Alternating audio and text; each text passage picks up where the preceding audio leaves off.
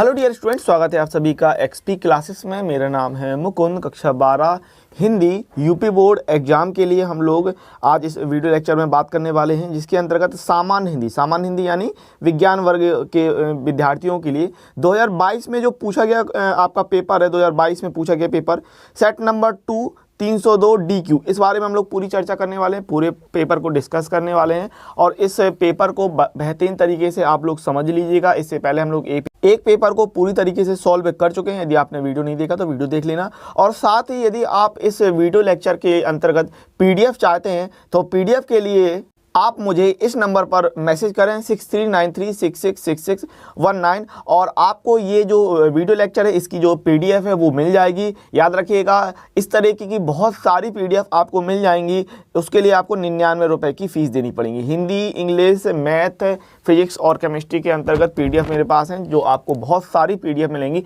बोरा भर भर के PDF मिलेंगी, और उसके लिए मात्र 99 रुपये की फ़ीस रहेगी, और जिसके अंतर्गत इस पेपर की PDF भी आपको मिल जाएगी मात्र 99 रुपये में। अब ज़्यादा देर ना लगाते हुए हम लोग बात करेंगे इस पूरे पेपर को हम लोग सॉल्व करेंगे। और निर्देश की अगर हम बात करें तो यहाँ पर आप देख रहे हैं कि प्रारंभ के 15 मिनट परीक्षार्थियों को प्रश्न पत्र पढ़ने के लिए निर्धारित है।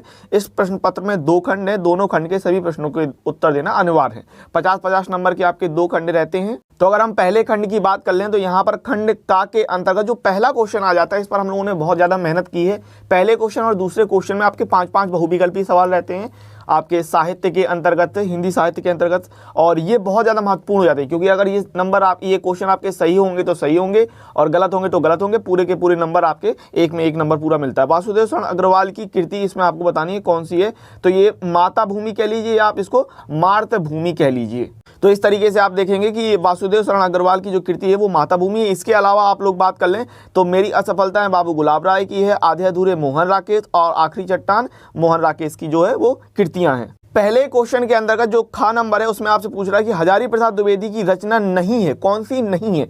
तो आपको ये देख लेना हजारी प्रसाद की जो रचना है वो कौन सी है, या फिर इसमें आप देख लीजिए कौन सी नहीं है। तो आंसर है हमारे पास बिल्लेश्वर बकरेहा, ठीक है ना, ये है बिल्लेश्वर बकरेहा, सूर्यकांत त्रिपाठी निराला जी की ये रचना है। तो यहाँ आप देखिए कि बिल्लेश्वर बकरहा डॉक्टर हजारी प्रसाद द्विवेदी की रचना नहीं है, यह सूर्यकांत त्रिपाठी निराला का एक व्यंग्यात्मक उपन्यास है। व्यंग्यात्मक मतलब एक हास्य बनाने वाला।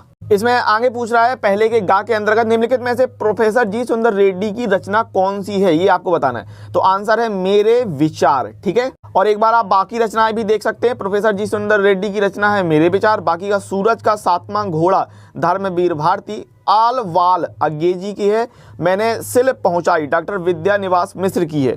पहले के घा के अंतर्गत आपसे पूछ रहा है कि अग्नि की उड़ान पुस्तक की रचनाकार है, बहुत ही फेमस लेखक है इसके, हमारे प्रिय डॉक्टर APJ अब्दुल कलाम जी। तो यहाँ आप देखेंगे कि अग्नि की उड़ान पुस्तक के रचनाकार पूर्व राष्ट्रपति डॉक्टर APJ अब्दुल कलाम हैं। आगे क्वेश्चन के अंतर्गत आप देखेंगे कि फणीश्वर नाथ रेणु की कृति ठुमरी किस विधा पर आधारित है, तो यह कहानी विधा पर आधारित। तो इस तरीके से पहले क्वेश्चन के अंतर्गत 5 क्वेश्चन दिए रहेंगे। तो आप यहाँ देखिए कि फणीश्वर नाथ रेणु की कृति ठुमरी इनका कहानी संग्रह है भैया। आगे बात करेंगे तो क्वेश्चन नंबर 2 के अंतर्गत इसी तरीके के 5 क्वेश्चन रहेंगे जो काव्य के अंतर्गत से आते हैं, ठीक है। काव्य के इतिहास से संबंधित ये क्वेश्चन रहते हैं। तो यहाँ पर पहला क्वेश्चन आपसे कह रहा है कि रस कलश किसकी रचना है। रस कलश किसकी रचना है? अयोध्या सिंह उपाध्याय हरिओद जी की। तो यहाँ आप देखिए रस कलश अयोध्या सिंह उपाध्याय हरिओद की रचना है। हरिओद ने इसे 1940 ईस्वी में लिखा था। सिंपल।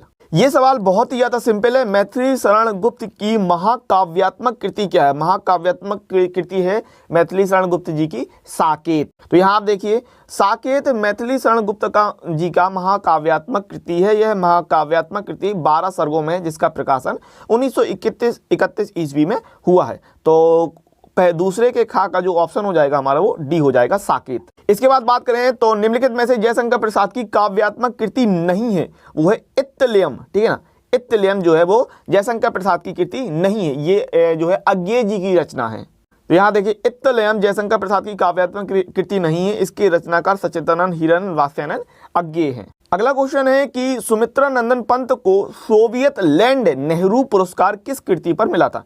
तो आंसर है हमारा लोकायतन, ठीक है। तो यहाँ आप देख सकते हैं कि सुमित्रा नंदन पंत को लोकायतन के लिए 1965 ईस्वी में सोवियत लैंड नेहरू पुरस्कार मिला है। ठीक है, और क्वेश्चन नंबर दूसरे के अंतर्गत जो आखिरी 5वां सवाल आपसे पूछ रहा है कि निम्नलिखित में से सच्चिदानंद हीरानंद वात्स्यायन का काव्य संकलन है, तो वो आंसर है हरी घास पर क्षण भर। ठीक है, हरी घास पर क्षण भर ये सच्चिदानंद हीरानंद वात्स्यायन जी का काव्य संकलन है। तो इस तरीके से देखो ये बहुत ज़्यादा इंपॉर्टेंट हो जाते हैं, और आपको पता होगा कि हम लोगों ने इस पर बहुत ज़्यादा वर्क किया। एक्सपी क्लासेस पर भी लगातार लाइव टेस्ट चलते रहे आपके लिए हिंदी साहित्य के अंतर्गत। ये जो 10 नंबर के क्वेश्चन होते हैं बहुत ज़्यादा महत्वपूर्ण हो जाते हैं, और गोले के ज्ञान पर भी हम लोगों ने बहुत ज़्यादा इस पर वर्क किया है। तो उम्मीद है आप लोगों ने टेस्ट वगैरह दिए होंगे, और ये 10 क्वेश्चन महत्वपूर्ण है, इन पर आप बहुत ज़्यादा कमांड करके रखिएगा, अच्छी तरीके से तैयार करके आइएगा। और 10 क्वेश्चन अगर आप कर ले जाते तो ये आप समझिए बहुत बड़ी विक्ट्री आपके हाथ में लगती, क्योंकि 10 में 10 क्वेश्चन करना बहुत बड़ा काम है ये आपका। तो इस प्रकार से आप देखेंगे कि हरी घास पर क्षण भर सच्चिदानंद हीरानंद वात्स्यायन जी का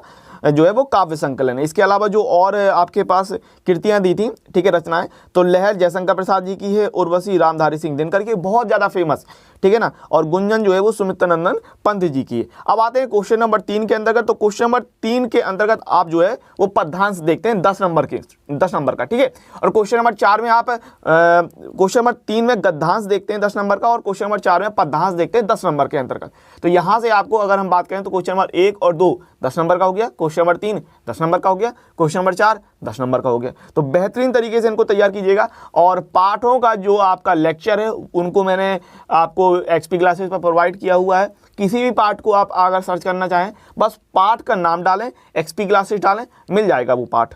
और क्वेश्चन नंबर 3 में आप ये देख रहे हैं कि ये वाला आपको जो दे दिया है गद्यांश दे दिया है, गद्यांश पर आधारित प्रश्न आपको बताने। 5 क्वेश्चन रहते हैं, हर एक क्वेश्चन 2 नंबर का, 10 नंबर बन जाते हैं। ये आपको देखना है। तो ये आपका कहाँ से है, ये हमारा है राष्ट्र के स्वरूप से, डॉक्टर वासुदेव शरण अग्रवाल जी का जो है राष्ट्र का स्वरूप, पहला ही पाठ पड़ जाता है आपका, तो राष्ट्र के स्वरूप से ये लिया गया है। इसको आपको देखना है, देखो पढ़ना है अच्छी तरीके से। और यहाँ पर 5 क्वेश्चन दिए रहेंगे, ठीक है, 5 क्वेश्चन दिए रहेंगे। आखिरी में आपसे पूछेगा उपयुक्त गद्यांश के पाठ का शीर्षक और लेखक का नाम बताइए, तो राष्ट्र का स्वरूप वासुदेव शरण अग्रवाल जी है। इन क्वेश्चनों को आपको देखना है। इन क्वेश्चनों से संबंधित जो उत्तर हैं वो आपको नीचे मिल जाएंगे। भूमि का निर्माण किसने किया है और वह कब से है, ये सारे क्वेश्चन पता है ऊपर दिए रहते हैं। आप अच्छी तरीके से जो गद्यांश है उसको पढ़ेंगे, समझेंगे, देखेंगे, और उसका जो वो है वो आंसर दे पाएंगे। तो उत्तर आप यहाँ पर देख पाएंगे। चाहो तो उत्तर के लिए स्क्रीनशॉट लेना चाहो तो उत्तर के लिए स्क्रीनशॉट आप ले सकते हैं, वरना पीडीएफ के लिए मैंने आपको समाधान दे ही दिया। 99 रुपये, बहुत ही कम फीस होती है, तो इस तरीके से रहेगा। और याद रखिएगा यहाँ पर आपके पास अथवा का ऑप्शन रहना है, ठीक है ना, अथवा का भैया ऑप्शन रहेगा। या तो आपको जो बेहतर समझ में आए, जो पहली बात तो आपको ये पता चलना चाहिए कि दोनों में से आपको ये कौन सा पता है कि किस पार्ट का है ना, किस पार्ट का है। अगर ये पता चल जाएगा फिर आप उस चीज़ को आगे बढ़ेंगे कि मुझे ये पता है इस पार्ट का, फिर मुझे देखना है कि इसमें क्या क्या मैटर है, किस किस क्वेश्चन का कौन कौन सा आंसर हो सकता है, ठीक है, तो ये आपको बताना है। तो ये अथवा में रहेगा, जो कि आपके किस पार्ट से लिया गया है, ये आपके अशोक के फूल से लिया गया है, ठीक है ना, अशोक का फूल डॉक्टर हजारी प्रसाद द्विवेदी जी का, ठीक है ना, अशोक के फूल से लिया गया है इसमें। और यहाँ पर आपके पास ये 5 क्वेश्चन हैं जिनको आपको सॉल्व करना है, और आखिरी में आप पाठ का शीर्षक और लेखक का नाम भी आपको बताना है, ठीक है ना। तो ये 5 क्वेश्चन आपको देखने हैं भैया। इस बात को समझ लो कि आधे घंटे के अंतर्गत अगर मैं ये वीडियो आपको प्रोवाइड करा रहा हूँ, आधा घंटा में पूरा पेपर सॉल्व, ठीक है ना, तो वो कैसे संभव हो सकता है जब हम आपको सिर्फ आपको ये ग्लिम्सेस हैं, ठीक है ना। तो इसलिए मैं कहता हूँ पीडीएफ के लिए आप जो है वो फीस पे कर दीजिए। मात्र 99 रुपये में आपको सारी 21, मैं आपको बता रहा हूँ, हिंदी के जो 21 पेपर है ना, इनको सॉल्यूशन करवाऊंगा मैं।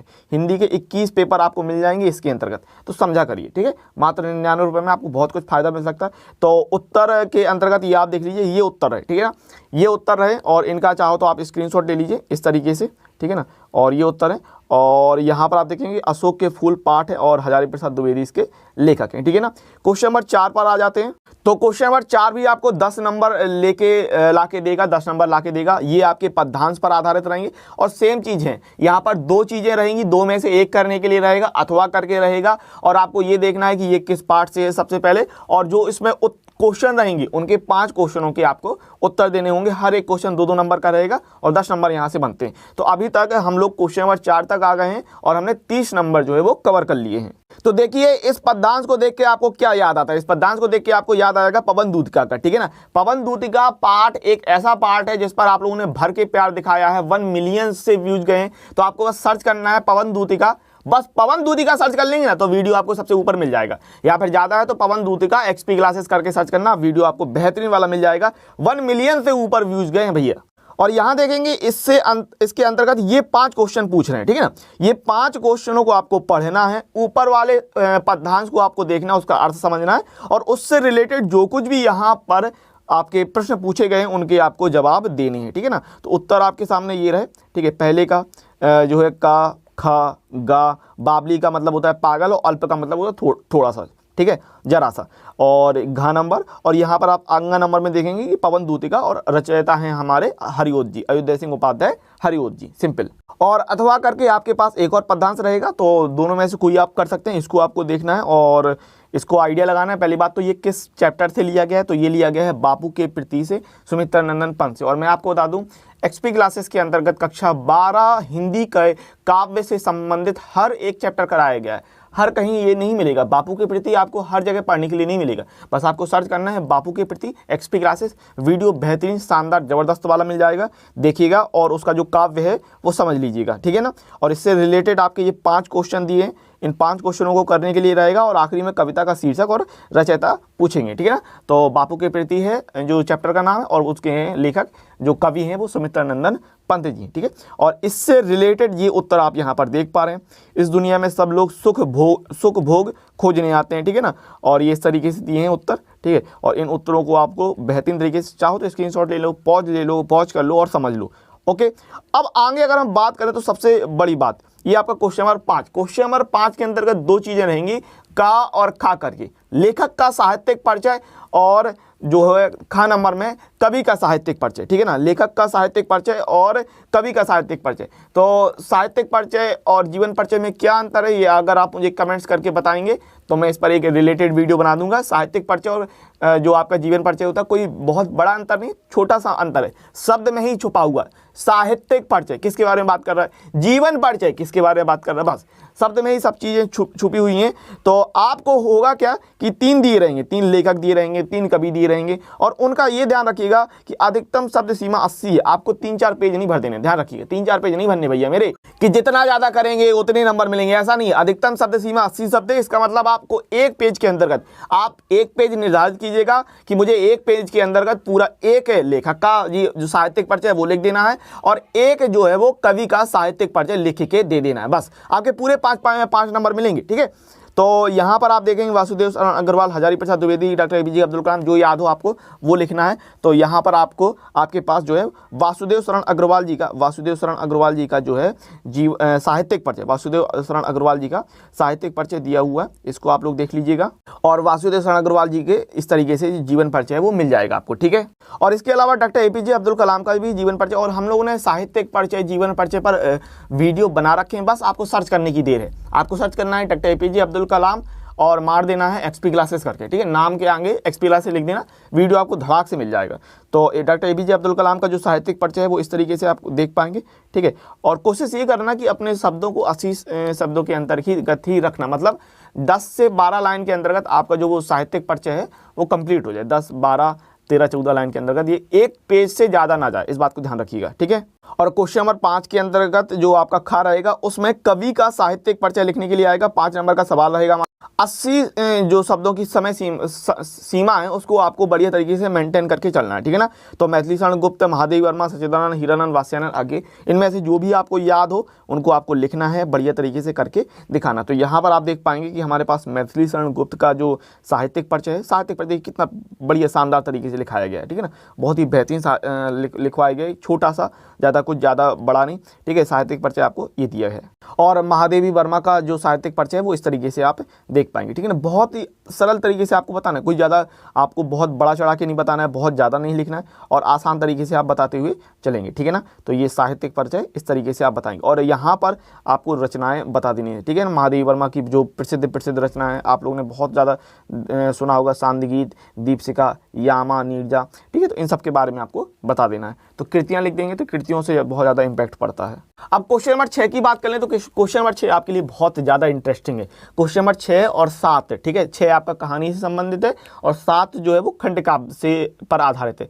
तो 6 और 7 की अगर मैं बात करूँ बहुत इंटरेस्टिंग है। पहली बात तो 6 में आपके पास 4 ऑप्शन है, क्वेश्चन में ही आपके पास अथवा करके दिया रहता है, पंचलाइट अथवा बहादुर। और इस क्वेश्चन का अंतर्गत एक और क्वेश्चन दिया रहेगा अथवा करके, तो बेसिकली है क्या, आपके पास 4 ऑप्शन है करने के लिए, 4 में से आपको एक करना होगा, 5 नंबर मिल जाएंगे। 80 शब्दों की जो सीमा है उसको ध्यान रखना है। 80 शब्द का मतलब यही है आपके पास कि आपको एक पेज से ज़्यादा नहीं लिखना भैया। एक पेज से ज़्यादा मतलब कीजिएगा, आपके पास इतनी बड़ी कॉपी आती है कि 80 शब्द एक पेज आपके लिए पर्याप्त रहेंगे। कोशिश वही करना कि उसके अंतर्गत आप लिख पाओ, ठीक है। तो जैसे क्या है कि पूरा मामला ऐसा बैठाना कि एक पेज में आपका जो लेखक का साहित्यिक परिचय आ जाए, फिर एक पेज में कवि का साहित्यिक परिचय आ जाए, फिर एक पेज में आपका कहानी वाला सेक्शन हो जाए और एक पेज में खंड काव्य वाला सेक्शन हो जाए। कोशिश ये रखना, क्योंकि सब में 80 शब्द की समय सीमा रहती है। एक पेज बहुत बड़ा आता है। आपने अगर बोर्ड के पेपर अभी नहीं दिए हैं हाई स्कूल में, तो पेपर जो आपका कॉपी मिलेगी वो आपको आराम से दम भर के बड़ी मिलती है, ठीक है। तो यहाँ पर आप पंचलाइट कहानी का सारांश देख पा रहे हैं और इस तरीके से इसमें ये बताया गया है। और आपको चैनल पर पंचलाइट का और बहादुर कहानी का जो वो सारांश वगैरह है वो बेहतरीन मिल जाएगा आपको। उसमें देखना ग्राफिक्स वगैरह फोटो वगैरह लगा के बताया गया और उसमें बहुत अच्छे रिस्पॉन्स है। पंचलाइट का भी मिल जाएगा, बहादुर का भी मिल जाएगा, तो उनको आप देख सकते हैं। अगर आपको सारांश नहीं पता है कि क्या है जो इनका कहानी का सारांश है, तो वो आपको वीडियो लेक्चर के तौर पर भी मिल जाएगा। बहुत छोटे छोटे वीडियो 10-10 मिनट के, आराम से उनको फास्ट फॉरवर्ड करके आप सुन सकते हैं। 2-3 बार सुनेंगे तो आपका वो मामला बैठ जाएगा, ठीक है। तो कहानी जो बहादुर कहानी है उसका ये सारांश रहा। और वही मैं बात करूं, इस क्वेश्चन के अंतर्गत एक और अथवा करके दिया रहेगा। ध्यान रखिए 4 ऑप्शन हुए। पहले क्वेश्चन में आपके पास 2 ऑप्शन और अथवा करके एक और क्वेश्चन दे दिया और उसमें भी 2 ऑप्शन। तो बेसिकली कहने का मतलब 4 ऑप्शन कोई एक करना ही रहेगा आपको, ठीक है, 5 नंबर के अंतर्गत। तो ध्रुव यात्रा अथवा बहादुर कहानी के उद्देश्य पर प्रकाश डालिए। अधिकतम शब्द सीमा 80 शब्द है और 5 नंबर आपको मिलने। भैया 5 नंबर के लिए आपको बहुत ज़्यादा मेहनत नहीं करनी, एक पेज में मामला बैठा दीजिएगा, ठीक है ना। और यहाँ पर ध्रुव यात्रा कहानी का ये उद्देश्य है, ये आप देख पाएंगे। अथवा करके बहादुर कहानी का जो उद्देश्य है वो दिया गया है। अब हम बात करें क्वेश्चन नंबर 7 की। भैया 100 पथ आपका जो खंड काव्य है, ध्यान रखना हर जिले के लिए एक खंड काव्य निर्धारित है। आपके डिस्ट्रिक्ट में, आपके जिले में कौन सा खंड काव्य पूछा जा रहा है, ये इंपॉर्टेंट बात है, ठीक है। तो यहाँ से आपका 5 नंबर बनना है और जो भी आपके जिस जिले का हो उसका लिखिएगा, तभी नंबर बात बनेगी, ठीक है। इस बात को ध्यान रखना। तो यहाँ पर अलग अलग हैं, मुक्ति यज्ञ, सत्य की जीत, और आप देखेंगे रश्मि रथी, आलोक व्रत, त्यागपथी, श्रवण कुमार, ठीक है। तो जो भी आपके जिले से रिलेटेड हो उसको आपको लिखना। और यहाँ पर ये अच्छे से याद रखिएगा कि जो एक क्वेश्चन, देखिए एक क्वेश्चन करना है आपको, ठीक है ना, जो आपके जिले से रिलेटेड होगा उसमें भी आपके पास ऑप्शन में रहेगा कि या तो आप ऊपर वाला कर दो या अथवा करके ये नीचे वाला कर दो। 80 शब्दों की समय सीमा रहनी है आपकी, एक पेज के अंतर्गत निपटा देना, कोशिश यही करना। और 5 नंबर का मामला है तो अच्छी तरीके से करके आइएगा, बेहतरीन तरीके से, ठीक है। यहाँ पर साफ लिखना जरूरी है। हैंड राइटिंग आपकी टेढ़ी मकौड़ी जैसी भी हो, ठीक है, अब हैंड राइटिंग नहीं सुधरने वाली, लेकिन कोशिश ये करना कि साफ सुथरा लिखना, बस इतना काफ़ी रहता है। तो आप मुझे कमेंट्स करके बताना कि सत्य की जीत किस किस जिले से रिलेटेड खंड काव्य है। बाकी लोग भी जान जाएंगे और किसी को अगर नहीं पता होगा तो वो भी जान जाएगा। तो यहाँ पर सत्य की जीत खंड काव्य के आधार पर दुर्योधन का चरित्रांकन बताने के लिए कहा गया है। तो ये आपको दिया गया है कि जो दुर्योधन का जो चरित्र है वो किस तरीके से व्यवहार करता है, वो किस तरीके से है। तो ये यहाँ पर दुर्योधन का चरित्र दिया गया है। अथवा करके सत्य की जीत खंड काव्य की जो कथा वस्तु है वो आपको लिखने के लिए कह रहा है। तो अथवा करके कोई एक चीज़ आपको लिखनी, ध्यान रखिएगा, कोई एक चीज़ आपको लिख के बतानी है भैया मेरे। और इस प्रकार से आपका जो सेक्शन नंबर 1 है, पहला सेक्शन खंड का, वो कंप्लीट हो जाएगा। 50 नंबर आपके क्लियर हो जाएंगे। पहले क्वेश्चन 5 नंबर देके जाएगा, दूसरा क्वेश्चन 5 नंबर देके जाएगा, तीसरा क्वेश्चन 10 नंबर और चौथा क्वेश्चन 10 नंबर देके जाएगा। इसके बाद 5वां जो क्वेश्चन है उसमें 2 रहेंगे चीज़ें, का और खा करके, तो वहाँ से 5-5 नंबर करके 10 नंबर मिल जाएंगे। क्वेश्चन नंबर 6 5 नंबर देके जाएगा और क्वेश्चन नंबर 7 भी 5 नंबर देके जाएगा और हमारे पास 50 नंबर फिक्स हो जाएंगे। आप अच्छी तरीके से साफ सुथरा लिख के तैयार करेंगे। एकदम बता दें आपको 4 दिन 5 दिन 6 दिन बचे हैं आपके पास, बेहतरीन तरीके से तैयार कर लीजिए हिंदी और फोड़ के आइएगा, मजा आ जाएगा, ठीक है ना। पहले ही पेपर में कॉन्फिडेंस एकदम हाई रहना चाहिए और फिर अगले जो पेपर आएंगे उसमें भी तोड़ फोड़ मचा के रख देंगे, ठीक है। आगे बढ़ते हैं तो सेक्शन नंबर जो आपका दूसरा आएगा खंड खा भैया। खंड खा, यहाँ से आपका संस्कृत दिग्दर्शिका स्टार्ट हो जाती है। और संस्कृत दिग्दर्शिका में बहुत आसान चीज़ है, आपको सिर्फ जो पाठ है उसका अनुवाद लिखने के लिए आता है बस। जो पद्य रहेगा उसके लिए और जो गद्य रहेगा, मतलब पद्य मतलब श्लोक, ठीक है ना। तो जो गद्यांश रहता है उसका आपको अर्थ लिखने के लिए आएगा और जो श्लोक रहता है उसका आपको जो है वो अर्थ लिखने के लिए आता है। बहुत आसान तरीके से हर एक पार्ट को डिटेल में समझाया गया है। किसी भी पार्ट को आप अगर सर्च करते हैं यूट्यूब पे, आपको एक्सपी क्लासेस की तरफ से वो पार्ट मिल जाएगा और उसमें ढेर भर के व्यूज आपने दिए हुए हैं। तो जैसे ये वाला पार्ट है आपका संस्कृत भाषा महात्म, संस्कृत भाषा महात्म टाइप करके सर्च मार देना, एक्सपी क्लासेस लगा के वीडियो आपको शानदार मिल जाएगा, ठीक है ना। और इसमें आपको सिर्फ कुछ नहीं करना, अर्थ बताना है। किसी एक का संदर्भ हिंदी में अनुवाद कीजिए, ठीक है, सा संदर्भ हिंदी में अनुवाद करने के लिए कह रहा है। तो ये आपका संस्कृत भाषा महात्म नामक जो पार्ट है उससे लिया गया है, सर्च मारना, आपको यूट्यूब पर वो वीडियो एक्सपी क्लासेस की तरफ से मिल जाएगा। और यहाँ पर ये अनुवाद आप देख पा रहे हैं। और यहाँ पर भी वही चीज़ है, आपको गद्यांश में करने के लिए 2 रहेंगे ऑप्शन, ठीक है ना। अथवा करके भैया मेरे प्यारो, अथवा करके 2 रहेंगे, कोई भी आप एक कर दीजिए शानदार तरीके से। यहाँ पर आप ये देख पाएंगे और ये आपको देख के पता चल रहा है ना, ये क्या लिखा, महामना। तो कहाँ से है महामना, मालवी जो वाला चैप्टर है उससे लिया गया है। और इस गद्यांश का आपको जो है अनुवाद वगैरह करके दिखाना है, ठीक है ना। तो संदर्भ ये रहा और अनुवाद आप यहाँ पर ये देख पाएंगे शानदार तरीके से। अब यहाँ पर क्या है, मेनली क्या है, आपको पाठ आना चाहिए, आपने पाठ पढ़ा हो, और कोई बड़ा बात नहीं है, कोई कठिन काम नहीं है। आप अब तो ये देख लेना कि मैं 3 से 4 पाठ अच्छी तरीके से, छोटा छोटा नहीं, 3 से 4 पाठ आप अच्छी तरीके से पढ़ के जाइएगा, एग्जाम में उसी में से फंस जाएगा आपका, ठीक है। 3 से 4 पाठ आप अच्छी तरीके से पढ़ के चले जाइए, जितना भी आपका पाठ है उसमें से 3-4 पाठ सेक्शन सेलेक्ट कर लीजिए। मुझे ये अच्छी तरीके से पढ़ के जाना है। और अगर हो सकता है किसी को संस्कृत बिल्कुल नहीं मिल रहा हो तो मैं आपको सुझाव दूंगा कि रट्टा मार लो। अब देखो, अब ऐसा तो है नहीं है कि संस्कृत के अनुवाद कैसे होते हैं, उसकी टेक्निकल चीज़ें क्या है वो समझ सकूँ, नहीं। अगर ये है तो 5 दिन 6 दिन बचे, रट्टा मार डालो, संस्कृत एकदम बढ़िया तरीके से तैयार कर लो, जो भी है हिंदी का पेपर अच्छी तरीके से करके आइएगा बस। और इसके बाद हमारे पास आ जाते हैं संस्कृत दिग्दर्शिका के अंतर्गत श्लोक आ जाते हैं, ठीक है ना। तो श्लोक में भी यही रहेगा, 2 ऑप्शन रहेंगे आपके, मतलब 2 में से 1 करने के लिए रहेगा। और यहाँ पर 7 नंबर रहेंगे।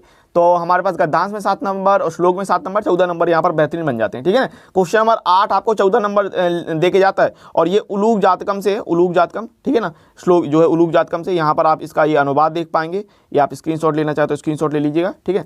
तो ये आप इस तरीके से दिया, अनुवाद दिया। और अथवा करके ये आपको दे दिया, जो कि सुभाषित रत्नानी से दिया है, सुभाषित रत्नानी से। और इसका जो है संदर्भ प्रसंग और जो अनुवाद दिया है वो आपको सामने है, ठीक है। तो इसको आप बढ़िया तरीके से देखिएगा, पढ़िएगा। अब यहाँ से आपका सेक्शन शुरू हो जाता है ग्रामर का। और हम लोगों ने आपको पता है कि ग्रामर में बहुत ज़्यादा फोकस किया है। रस, छंद, अलंकार हो, संधि हो, मुहावरे हो, हर एक चीज़ बेहतरीन तरीके से आपको सिखाने की कोशिश की है। कोई ये नहीं कह सकता कि क्लासेस प्रॉपर नहीं चलें, आपको बहुत कुछ कराया गया है। बस ये मुहावरे है ना, मुहावरे, तो यहाँ पर आपको एक मुहावरा बताना है और इसका अर्थ बताना है और वाक्य प्रयोग बताना है, अर्थ बताना है और वाक्य प्रयोग बताना है, 2 नंबर मिल जाएंगे। और बस आपको करना है मुहावरे एक्सपी क्लासेस डाल देना, वीडियो शानदार वाला मिल जाएगा, शानदार वाला वीडियो मिल जाएगा, मुहावरे एक्सपी क्लासेस बेहतरीन वाला वीडियो मिल जाएगा आपको, वहाँ से आप तैयार कर पाएंगे, ठीक है ना। तो अधजल गगरी छलकत जाए, अधजल गगरी छलकत जाए, सीमित ज्ञान होता है, फिर भी आप बड़ा के बोलते हैं ये मैं वो, मेरे अलावा और कोई नहीं, ठीक है। तो अधजल गगरी छलकत जाए, मैं नहीं तो कौन भी वाला सेक्शन हो गया, मैं नहीं तो कौन भी है, वो वाली बात है। और कलई खुलना, भेद प्रकट होना, इस तरीके से पानी होना, लज्जित होना या शर्मिंदा होना, और आम के आम गुठलियों के दाम होना, दोहरा लाभ होना, हर तरीके से भी, मतलब आम भी बिक गया, छिलका भी बिक गया, गुठली भी बिक गई, सब वही वाली बातें हैं, ठीक है। तो जो क्वेश्चन नंबर 9 है वहाँ पर आपने 2 नंबर के मुहावरे देख लिए, ठीक है, 2 नंबर के रहेंगे। मुहावरा 1 करना के लिए होता है। और क्वेश्चन नंबर 10 में अंतर्गत आपके पास संधि रहेगी और विभक्ति रहेंगी। तो यहाँ से क्वेश्चन नंबर 10 जो आपको वो 5 नंबर ला के देता है, ठीक है ना। 3 संधि रहती हैं, 2 विभक्ति रहती हैं, संधि कराई गई हैं, विभक्ति कराई गई हैं, जाके बस आपको टाइप करना है, संधि एक्सपी क्लासेस वीडियो मिलेगा।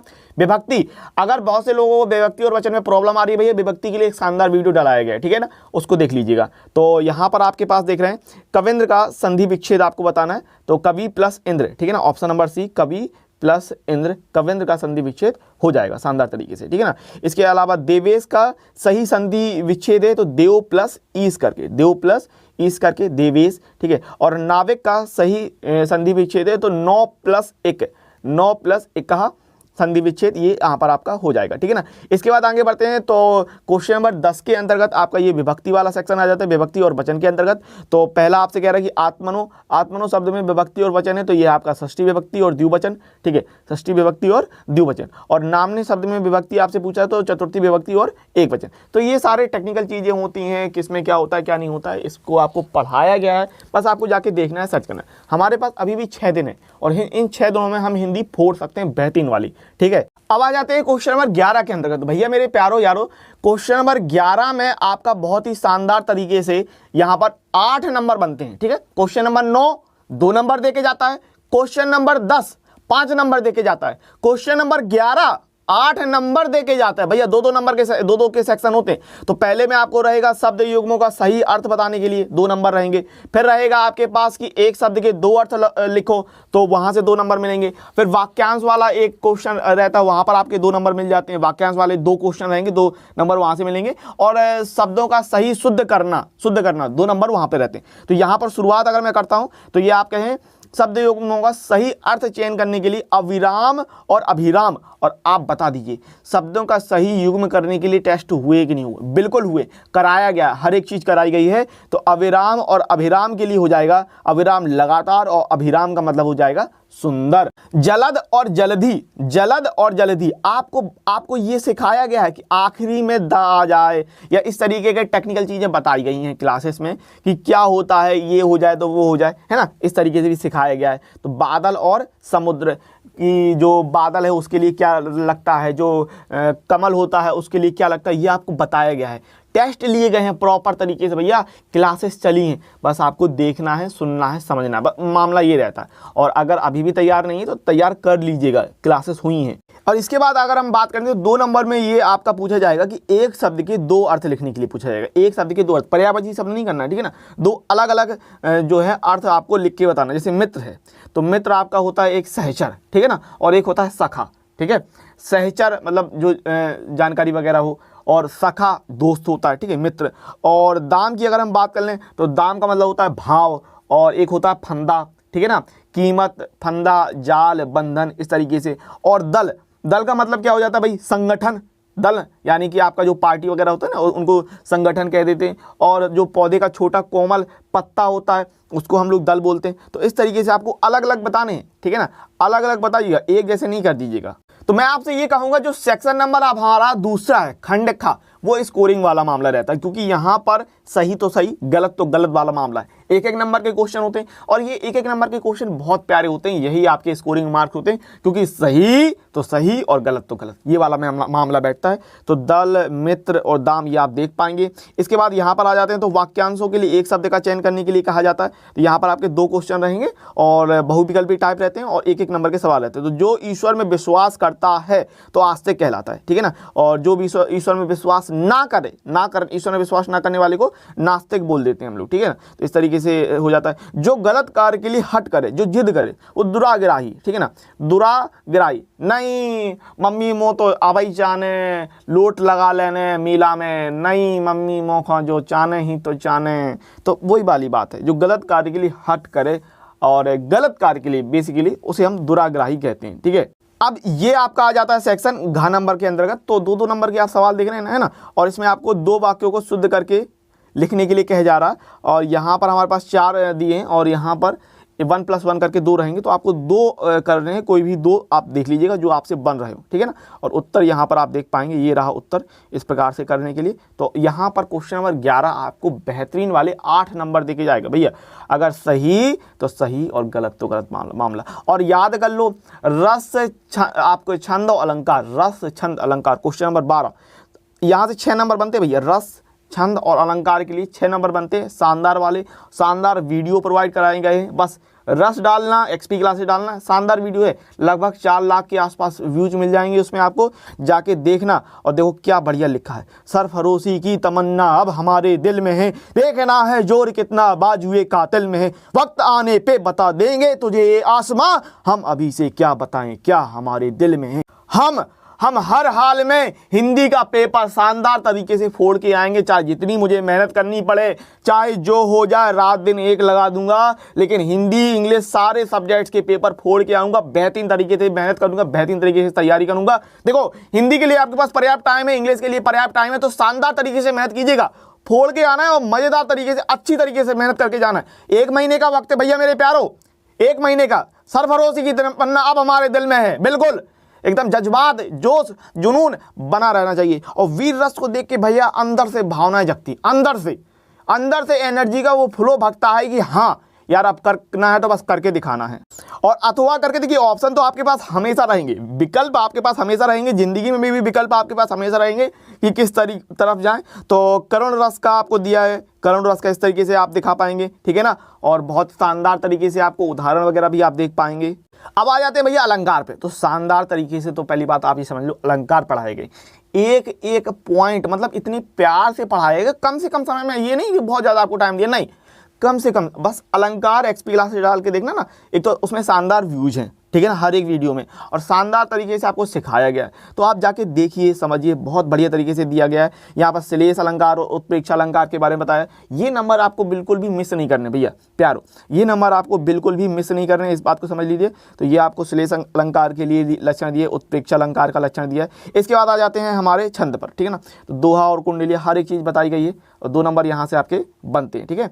तो यहाँ आप देखेंगे दोहा छंद का लक्षण, मेरी भव बाधा हरो राधा नागरी सोए, जो तन की झाई परे श्याम हरद दुति होए, ठीक है। तो इस तरीके से, और कुंडलिया छंद का ये आपका लक्षण दिया है, और ये आपको उदाहरण दिया है, ठीक है ना। तो उदाहरण बहुत ज़्यादा इंपॉर्टेंट हो जाते हैं, अगर नहीं है तो एक पेज में लिख लेना और रट्टा मार लेना, मैं तो सीधा कहता हूँ भैया। अब आपके पास इतना वक्त नहीं है कि टेक्निकल चीज़ों आप समझते रहो, ये क्या होता है, वो क्या होता है, समय निकल गया, साल भर आपने क्या किया वो आप जान लो, ठीक है ना, समय निकल गया।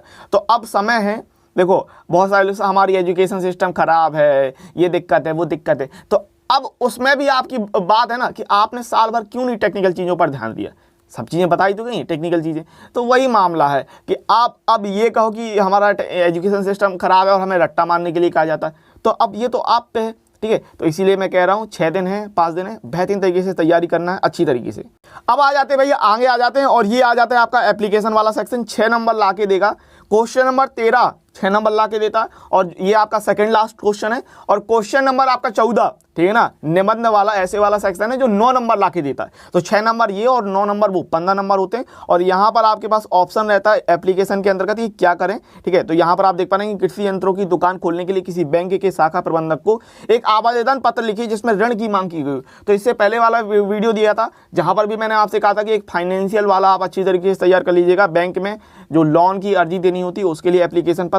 तो यहाँ पर ये आपका इसका प्रारूप ये दिया है ना, इस तरीके से देख लीजिएगा, इस तरीके से आपको लिखना है, ठीक है ना। एप्लीकेशन का जो प्रारूप बनाना है वो इस तरीके से प्रारूप बनाना है, बेहतरीन तरीके से, है ना। और ये आपका प्रारूप रहा एप्लीकेशन के अंतर्गत ऋण लेने का। और प्रार्थी में लिखिएगा आवासा, प्रार्थी में लिखिएगा आवासा, अपना नाम मत डालिएगा इस तरीके से। और यहाँ पर आपको जो है वो एक आवेदन पत्र के लिए है कि नैतिक के लिपिक के पद पर, नैतिक के पद पर अपनी नियुक्ति के लिए किसी विद्यालय के प्रबंधक को एक आवेदन पत्र लिखने के लिए कहा गया। तो अथवा करके रहता है, 6 नंबर का ये रहेगा एप्लीकेशन। तो शानदार तरीके से इनको देख लीजिएगा। प्रारूप आपके सामने ये रहा, प्रारूप जो है वो आपके सामने ये रहा, ठीक है ना। और भाव दिए या प्रार्थी इस तरीके से आप बता रहे हैं, ठीक है ना, इस तरीके से। और क्वेश्चन नंबर 14 भैया निबंध, इसलिए कहते हैं कि जो 1-1 नंबर के सवाल हैं उनको बिल्कुल भी मिस मत करना। 1-1 नंबर के सवाल आपके पूरे पुख्ता हैं, सही तो सही, गलत तो गलत। अब ये निबंध है तो निबंध में नंबर कटते हैं, ठीक है। आप कितना भी अच्छा लिख के आ जाना तो निबंध में थोड़े बहुत नंबर कटते हैं, इसलिए 100 में 100 की बात नहीं होती, 95 प्लस की बात होती, 95 प्लस की बात होती। तो यहाँ पर हमारे पास 5 ऐसे दिए रहेंगे, इसमें आपके पास जो अच्छा आपको लगे, जो आपसे बन रहा हो, समझ रहा हो, थोड़ा बहुत पढ़ के चले जाना, आपके पास पता होगा, आइडिया होगा तो आप निबंध लिख पाओगे, वरना वहाँ पर सोचते रह जाओगे कि आखिर में लिखूं तो क्या लिखूं। तो यहाँ पर हमारे पास किसान जीवन की त्रासदी, इस बारे में हम लोग बात कर लेंगे। किसान जीवन की त्रासदी किस तरीके से आपको लिखना है, प्रारूप है। और विज्ञान वरदान या अभिशाप, विज्ञान वरदान या अभिशाप, तो ये हमारे पास 2 ऐसे हैं जिनको आप प्रारूप के तौर पर यहाँ पर देख पाएंगे। तो किसान जीवन की त्रासदी, ये जो निबंध का प्रारूप है वो कुछ इस प्रकार से है, ठीक है ना। पॉज करके अगर पढ़ना हो तो ये पॉज करके आप पढ़ लीजिएगा बेहतरीन तरीके से, शानदार तरीके से, इस तरीके से रहेगा। और विज्ञान वरदान या अभिशाप, विज्ञान वरदान या अभिशाप करके ये आपके पास ऐसे का जो प्रारूप है वो दिया हुआ है। तो विज्ञान पर वरदान या अभिशाप जो है वो परिवहन या ट्रांसपोर्ट के क्षेत्र में किस तरीके से, संचार के क्षेत्र में किस प्रकार से रहेगा, ठीक है ना। बस पढ़ लेना, आपको 1-2 बार पढ़ लेंगे, ये 2 बार पढ़ेंगे तो आपके दिमाग में जो शब्द हैं वो छप जाएंगे। चिकित्सा के क्षेत्र में किस तरीके से रहेगा, और खाद्यान्न के क्षेत्र में किस तरीके से रहने वाला विज्ञान, ठीक है ना। उद्योग के क्षेत्र में, दैनिक जीवन में किस तरीके से आपने देखा है कि रहता है, और उपसंहार कंक्लूजन आपको बता देना है। तो भैया मेरे खंड खा यहाँ पर आपका समाप्त हो जाता है। 50 नंबर खंड खा जो है वो ला के देगा, और खंड का सेक्शन 1 है जो है पहला वाला सेक्शन 50 नंबर, सेक्शन 2 दूसरा वाला सेक्शन जो 50 नंबर ला के देता है। और शानदार तरीके से अगर आप तैयार करते हैं तो आपके हिंदी में अच्छे से अच्छे 95+ मार्क्स कहीं नहीं गए, कहीं नहीं जाते हैं। इनको आप अच्छी तरीके से तैयार कीजिएगा। तो इसी के साथ ये वीडियो, ये लेक्चर यहीं पर समाप्त होता है। अगर आपको पीडीएफ चाहिए तो 6393666619 पर अगर आप मुझे मैसेज करते हैं तो ये सारी आपको पीडीएफ मिल जाएंगी। हिंदी की 21 सॉल्व पेपर की पीडीएफ आपको दी जाएगी। तो अगर आप चाहते हैं तो इस नंबर पर मुझे मैसेज करें, व्हाट्सअप मैसेज कीजिएगा। और इसी के साथ हम लोग मिलेंगे अगले वीडियो लेक्चर में। तब तक के लिए पढ़ते रहिए, खुश रहिए, आगे बढ़ते रहिए।